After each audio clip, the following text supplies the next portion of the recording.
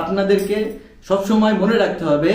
যে আমরা বর্তমানে আমাকে বর্তমানে সবসময় চিন্তা করতে হবে, বর্তমানে থাকতে হবে। ধরুন যে আপনি ধ্যান করে বের হয়ে যায় আপনারা কেউ গালিগালাজ করলো কিংবা কেউ আপনাকে দোষারিত করলো দেয়া কিংবা আপনার কোনো বিজনেসে কিংবা আপনার কোনো চাকরিতে কোনো একটা পরিস্থিতি তৈরি হলো, যে তৈরিতে আপনার মন খারাপ হইলো কিংবা আপনার এই যে মনতা ভঙ্গ হলো ওই কারণটাতে, হ্যাঁ, কিন্তু এ ওই ক্ষণটা তো যে ক্ষণে আপনার পরিস্থিতিটা খারাপ সম্মুখীন হয়েছেন ওই পরিস্থিতিটা তো আপনার পরে আর অ্যাচিভ থাকে না, থাকি কি সেটা তো অতীত হয়ে গেছে। কিন্তু আপনি দেখেন যে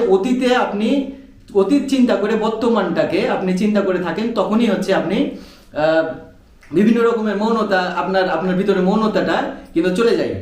হ্যাঁ, কারণ অতীতকে নিচে না আমারে এভাবে আমারে বলছে, আমি তো কোনো দোষ করি না, তারপর আমারে বলছে হ্যাঁ আমার সাথে এটা শত্রুতা করছে, আমার এটা খেয়ে নিছে, আমার এটা নিয়ে নিছে, আমার ওইটা করছে ওইটা